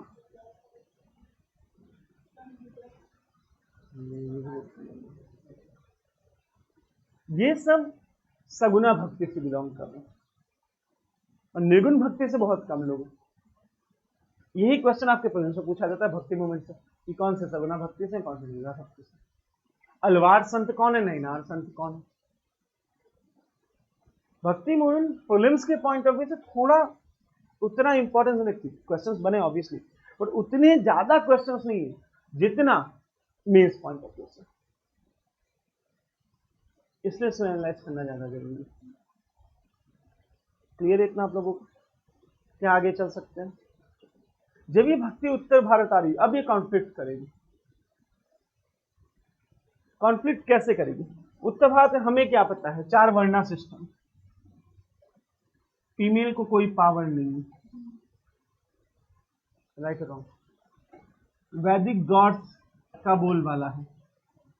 जैसे ये आए रामानुजन के साथ उत्तर में ऐसी भक्ति, सबसे पहले हुआ क्या, फीमेल्स को इंपॉर्मेंट मिल गई,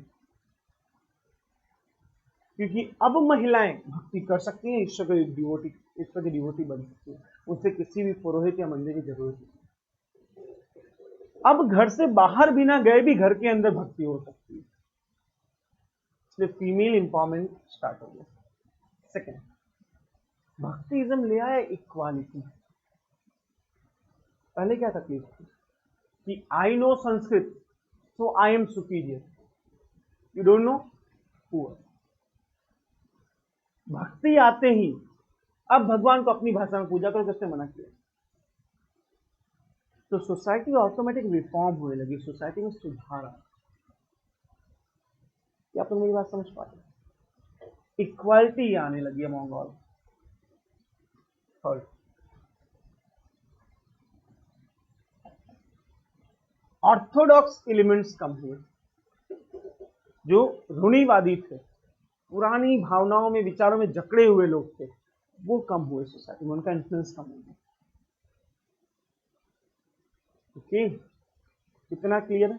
इस तरह भक्ति मूवमेंट ने not only in the field of worship but also in the field of social reform movements बहुत काम किया, और इसीलिए it is not exaggeration if I call it as social reform movement rather than a religious movement. इतना clear है? 100%। इस type के questions बार बार बढ़ेंगे, तो हमें ये पता होगा। बट यहां एक तकलीफ आई, जब ये होने लगा, जब भक्ति दक्षिण भारत में बहुत चरम सीमा पे पहुंच गई ना, तो भाई अब तो बस प्रिय है, प्रियतमा है, तो थोड़े समय ऐसा डर लगा कि शायद ये सोशल स्ट्रक्चर ब्रेक कर जाएगा।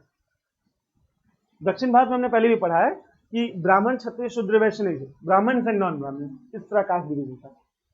तो ऐसा डर लगा कि शायद खत्म कास्ट डिवीजन, कि भक्ति मूवमेंट एक क्रांति ले आया कि सब खत्म कर दिए। समझ पा रहे हो? उस समय पिक्चर में आए रामानुजन, और रामानुजन से पहले एक संत थे, आप सब उनका नाम जानते हैं, शंकराचार्य।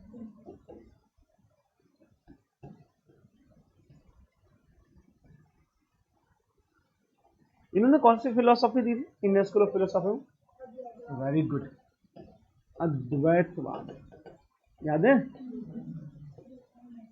अद्वैतवाद क्या कहता है? विशाल जी, अद्वैतवाद क्या कहता है? ये तो पढ़ा होगा ना आपने, क्या नहीं सुना? अरे अरे, मेरे लेक्चर सुन दिखा एंशिएंट वाले। अद्वैतवाद पूरा एक लेक्चर खाया था तुम लोग को मैंने। अद्वैतवाद आत्मा और परमात्मा दोनों ओके, वेरी गुड। अद्वैतवाद ये कहता है कि पुरुष एंड प्रकृति वो ब्रह्म है, मतलब ईश्वर भी आप हो और आप भी आप हो, मतलब आपके अंदर जो आत्मा है वही ईश्वर है, कोई एक्सटर्नल गॉड नहीं है, कोई कहीं दूर ब्रह्म नहीं बैठे हैं, आपके अंदर ब्रह्म है, आपकी आत्मा, हम कहते हैं आत्मा परम ब्रह्म, आत्मा ही परम ब्रह्म है, वही आपकी आत्मा है। शंकराचार्य ने कॉन्सेप्ट किया। समझ पा रहे? अब यहां लोचा देखो, पर आप बहुत बड़ा लोचा हो गया सर, आप लोग मुझे सुन क्यों? क्योंकि आपको लगता है सुपीरियर, राइट और रॉन्ग? भक्ति के लिए सबसे इंपॉर्टेंट बात क्या है? सुपीरियर। कोई सुपीरियर है तभी तो आप किसी को डिवोट करोगे। अपने दोस्त को डिवोट क्यों नहीं कर देते? कि लिए आज से मैं सिर्फ तेरा, हाँ करते हो, बात अलग है, मतलब तुम लोग ज्यादा करते हो नहीं, आज से मैं सिर्फ तेरा। पर दोस्त को हम उस तरह डिवोशनल कभी नहीं बन सकते दोस्त के लिए, जो हम गॉड के लिए या किसी फैकल्टी के लिए होते हैं, क्योंकि वी कंसिडर ही सुपीरियर। इस मैंने आपको क्लास में कुछ बताया, जाके क्रॉस चेक नहीं करते। हाँ, दोस्त ने बताया तुरंत गूगल में करते, क्या फेक तो नहीं रहता। राइट और रॉन्ग? जहां इक्वालिटी है वहां डिवोशन नहीं हो सकता, है ना। अगर हमने बोल दिया भाई आप ही परमात्मा हो, आप ही आत्मा हो, तो फिर पूजा किसकी होगी? खुद को बैठा दूं मंदिर में, भक्ति किसकी करूं बॉस? समझ रहे हो? ऑप्शनल हिस्ट्री में क्वेश्चन बना था, शंकराचार्य के विचारों ने भक्ति की जड़ ही काट दी। देखना आज तो चलिए हिस्ट्री जीएस में पूछेगा ये कि शंकराचार्य ने विचारों को, शंकराचार्य के विचारों ने भक्ति की जड़ काट दी। अब भक्ति किसकी करें? करो खुद की पूजा, लगाओ मंदिर में फोटो। मान रहे थे कि शंकराचार्य वॉज ब्रिलियंट मैन, बहुत बड़े आचार्य। धीरे धीरे अब बड़ा समाज में कॉन्फ्लिक्ट क्रिएट हुआ कि भक्ति करें या शंकराचार्य को माने, इसलिए फिर थोड़ा एडिशन कर दिया। इनके शिष्य आए रामानुजाचार्य।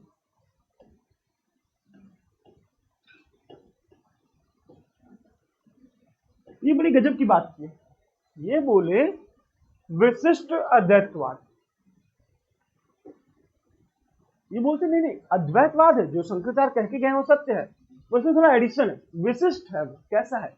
बोलते आप में ईश्वर है, ट्रू। अच्छा, जब आप कहीं भी जाते हो, मूवी देखते ना, मूवी से पहले मूवी का ट्रेलर आता है। हमने कहा जो आप में ईश्वर वो ट्रेलर है, मूवी कहीं और है, उसी का पार्ट हो आप। हम कहीं जाते सैंपल देखते हैं ना, सैंपल दिखाओ, सैंपल। सैंपल ओरिजिनल चीज का पार्ट है, ओरिजिनल नहीं है। समझ पा रहे हो? रामानुजन ने कहा भाई ये क्या है, विशिष्ट अद्वैत क्या है कि आप पुरुष प्रकृति एक है, वही ब्रह्म है, but this is only sample. एक और ब्रह्म बैठा है, उसकी भक्ति करो। चलो, तो फिर से भक्ति मूवमेंट में एक जोश आ गया कि हाँ हाँ बराबर है, हम ही भगवान है, पर हमसे बड़ा भगवान बैठा है, उसकी पूजा करते हैं। फिर से भक्ति मूवमेंट एक जोर पकड़ लेता है। Is that very clear? अगर कभी मेंस में ऐसे क्वेश्चन बने, ज्यादा शॉक होने की जरूरत नहीं, यार ये क्या हो गया हमारे साथ, या वो मूवी का गाना हम लिख गए वाला। बच्चों के एक्सप्रेशन मेंस के बाद देखने लायक होते हैं, ठीक है। इस बार एक चीज मैंने और नोटिस की, इंटेलेक्चुअल दुनिया में, हिस्ट्री के इंटेलेक्चुअल दुनिया में एक चीज और फेमस है। अब हिस्ट्री बदल रही है। पहले हम पॉलिटिकल हिस्ट्री कौन सा राजा किसका राजा, किसने क्या करा है। अब हिस्ट्री रीडिंग का मेथड बदल के कल्चरल हिस्ट्री में बदल रहा है। जो हिस्ट्री पहले पॉलिटिकल थी, अब उसको धीरे धीरे कल्चरल हिस्ट्री में कन्वर्ट किया जा रहा है। अब हिस्ट्री को कल्चरल डेवलपमेंट के पॉइंट ऑफ व्यू से देखा जाता है। और सेम ऑब्जर्वेशन मैंने इस साल के पेपर में हिस्ट्री में की, 3 से 4 क्वेश्चन थे, बहुत brilliant. I am like quite impressed with GPSC, fan बन गया मैं इसका। देखिए, एक बड़ा अच्छा क्वेश्चन था,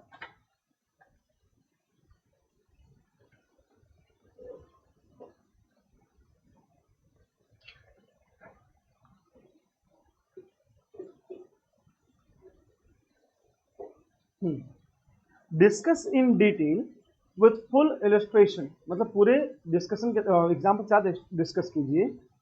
the Gujarati traditional theatre, Gujarat का जो थिएटर है, जो कला है, एंड सब्सिक्वेंट चेंजेस, ये कैसे बदला, and how it affect Indian society, इसने भारत गुजरात के समाज को कैसे प्रभावित किया। Second question, the culture of original trio Vedvani, Buddhavani, Vaishnavani has been percolated in the folk languages and devotional songs. Examine the appropriation of this statement. ये भी यही बता रहा है कि आपका जो कल्चर था, लाइक वैष्णवानी, बुद्धवानी, उसने कैसे आपके फोक कल्चर को चेंज किया, कैसे आपके डिवोशनल सॉन्ग भक्ति मूवमेंट में इफेक्ट किया है। ये कंप्लीट हिस्ट्री को कल्चरल हिस्ट्री के पॉइंट ऑफ व्यू से देखने का तरीका है। मुझे पता है आप में से काफी लोग सोचते हैं सर ये सब थोड़ी होता है, आप शायद भूल गए किस एग्जाम की प्रिपरेशन कर रहे हैं। That is class 1 officer, deputy collector sir. मजाक थोड़ी, हम थोड़ा 4-5 किताबें पढ़ लें एंड फैक्ट्स रख लें और हम पास हो जाएंगे। तो ब्रो आप में और उन लोगों में क्या असर है जो क्लर्क बन के बैठे हैं, उसका डिफरेंस होना चाहिए। एक क्लर्क को छुट्टी लेने जाना पड़ता है कलेक्टर के पास, अब छुट्टी लेने जाए तो मस्ट बी मोर ब्रिलियंट तभी तो जाएगा, इसलिए ब्रेन बनना पड़ता है। तो हर चीज़ को आप इतना एनालाइज करके पढ़ोगे बड़ी मजा आएगी, पढ़ने में भी मजा आएगी, समझने में अंडरस्टैंडिंग डेवलप होगी। और जब ऐसे कोई भी क्वेश्चन आपको इनकाउंटर होगा यू विल लाइक ये तो इजी है, ज़्यादा स्ट्रेस लेने की जरूरत नहीं पड़ेगी। ठीक, भक्ति मूवमेंट क्लियर है 100%। क्या होगा सर आपके एक्सप्रेशन बड़े चेंज है, समझ में नहीं आया क्या? तो पूछ लीजिए, बात तो हमारे जीवन में समझ नहीं आता, पूछिए। तो क्या हो गया, आज क्लासरूम लाइव से कभी कोई ऐसा आप लोग माइंड में कभी मैं सोचना कि लाइव एक क्वेश्चन नहीं पूछना, कुछ भी पूछ सकते हो, everything is like allowed in classroom. हाँ बस एक क्लास की जो मर्यादा है वो रखो। द्वैत अद्वैत मैं पर्सनल सिखा दूंगा क्योंकि फिर वो सब बहुत कंफ्यूज जाएंगे ना, मुझसे पर्सनली पूछ लेना, ठीक है? इस और कोई? नाथपंथी योग में बिलीव करते हैं, वो किसी भी फॉर्मलेस गॉड में बिलीव करते हैं, गॉड का कोई आकार नहीं होता। योग और प्राणायाम से ही आप गॉड को ज्ञान से प्राप्त कर सकते हो, ज्ञान को सुप्रीम मानते ना कि किसी डिवोशनल गॉड को। हाँ एग्जैक्टली। अच्छा मैंने आप लोग को इंडियन स्कूल ऑफ फिलोसॉफी पढ़ाया था, याद है?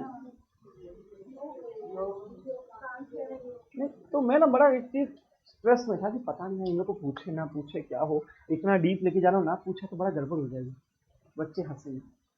गुजराती के पेपर में समरी राइटिंग, वो न्याय फिलोसॉफी पे आया, न्याय और बेसिस का। तकलीफ क्या थी, जिसको फिलोसॉफी नहीं पता उसको वो कभी समझ में नहीं आया क्या लिखा है, ऐसे लैंग्वेज में लिखा,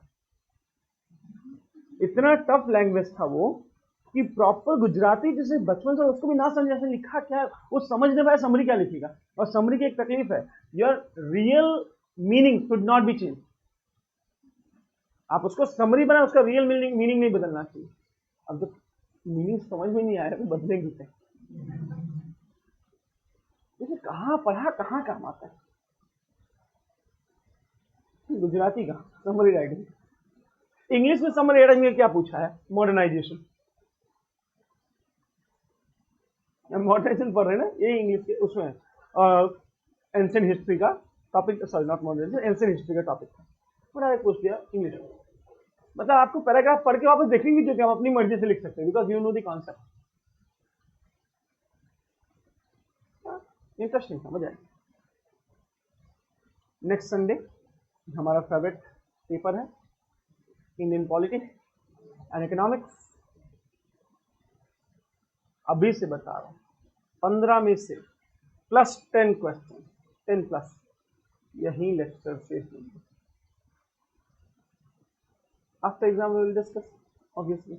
आप में से बहुत सारे लोग पॉलिटी ऑलरेडी मुझसे पढ़ चुके हो, तो विल रियलाइज उसमें तो ज़्यादा इजी होता है कि ज़्यादा बच्चे पढ़ के बैठे। हिस्ट्री तो कुछ ही पढ़े थे, तो नसीबवान कुछ ही थे। बाकी लोगों का ये कहना था कि सर मॉडर्न पढ़ाते नहीं, ये नहीं कहते थे कि सर मॉडर्न अफोर्ड नहीं करते। हाँ क्या करूँ, लेक्चर्स नहीं देते थे बॉस। अभी तो शुरू किया है, मजा बहुत आने वाली है हिस्ट्री में। हिस्ट्री में आप इंटरेस्ट जगाए रखना, कभी कभी थोड़ा बोरिंग टॉपिक भी आएंगे, बस क्वेश्चन बोरिंग टॉपिक से आते हैं, बी वेरी केयरफुल। ये बोरिंग टॉपिक तुम्हारी जिंदगी सुधारेंगे। इस साल हाँ मिडेवल का भक्ति मूवमेंट कहाँ का है, वो मेंस पॉइंट ऑफ व्यू से कम इंपॉर्टेंट है, उसकी उतनी वैल्यूज नहीं मीन्स में, वो प्रीलिम्स से बहुत इंपॉर्टेंट है, उसकी टर्मिनोलॉजी तो सब प्रीलिम्स पॉइंट ऑफ व्यू से बहुत है। मेंस में या तो उनका आर्किटेक्चर पूछ सकते हैं या तो रीजन ऑफ डिक्लाइन पूछ सकते हैं, ज़्यादा पूछेंगे और वो इतना पूछ के आप घिस गए। गलती से भी मत सोचना स्किप करने का, क्योंकि इस एग्जाम को जिस गधे ने गेस किया ना वो दुनिया का सबसे बड़ा गधा है। किसी ने आपको ये बताया ये स्किप कर दो, वो मत पढ़ो, वो दुनिया का सबसे बड़ा गधा है। जिसने कभी जिंदगी में सजेस्ट किया होगा मेंस में हिस्ट्री स्किप करने के लिए, आज जो बैठ के माथा पकड़ के रो रहा होगा और उसके स्टूडेंट उसके जाके ऐसे माथे के बॉल खींच रहे होंगे। अबे 12-13 क्वेश्चन यार 15 में से स्टेटमेंट बहुत आते हैं। अलाउद्दीन खिलजी के रिफॉर्म्स बहुत पूछे गए, फिरोज शाह पे ऑब्वियसली उसमें एब्सोल्यूट फैक्टर है। हाँ मॉडर्न में ये वेस्टर्न थॉट, रिवोल्यूशनरी एक्टिविटी सब मॉडर्न कहते था। हाँ मैंने पहले दिन से ये चीज बताई है, जो स्किप करोगे, क्योंकि देखो काफी बार क्या होता है ना, जो हमने स्किप किया होता है उस पोर्शन से सबसे सिंपल क्वेश्चन बन जाता है और हमें बिल्कुल नहीं पता होता, तो गड़बड़ी क्या होती है, हर आदमी उसको लिखता है हमारे से। कंपटीशन में मार्क्स कितने आए मैटर नहीं करता, दूसरों के आपसे कम आए या नहीं है वो मैटर करता है। सही बताओ, आप 100 में से 10 मार्क्स लाओ, बाकी 8 लाने चाहिए, दैट्स द पॉइंट। 1 लाओ, बाकी 0 लाने चाहिए, क्योंकि यहां there is no passing marks. कहा है कि मिनिमम कुछ नहीं, there is no passing marks. 1 लाओ, बाकी सबको 0 लाने को मजबूर कर दो, और यही हम गड़बड़ कर जाते हैं। जो हम स्किप करते हैं ना, वही सामने वाला पढ़ के गया तो वो मार्क्स। स्किप करना धोखा है, कभी मत करना। पहले दिन से मना कर रहा हूं, पहला दिन था लेक्चर तब से कर रहा हूं, मुझसे कोई इंपॉर्टेंस मत मांगना, बस ये इंपॉर्टेंट दे दो, ये IMP दे दो, सब कचरा, कोई IMP नहीं।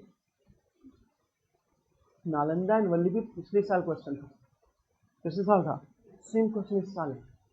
बताओ कहाँ से दे तुमको इंपॉर्टेंट? कोई देगा इंपॉर्टेंट कि भाई पिछले साल जो पूछा था इस साल पूछ लेगा? कोई नहीं सोचता, पूछ लिया। बताओ ओके। यहाँ पे भक्ति मूवमेंट को खत्म करें। अभी भक्ति मूवमेंट में थोड़े प्रीलिम्स के क्वेश्चंस बाकी हैं, वो कल मैं काम करूंगा, प्रीवियस के क्वेश्चंस लेके आऊंगा, एक बार उसको प्रॉपर सॉल्व करेंगे, पता चल जाएगा मोर क्लियर कि क्या कैसे टाइप के क्वेश्चंस होते हैं।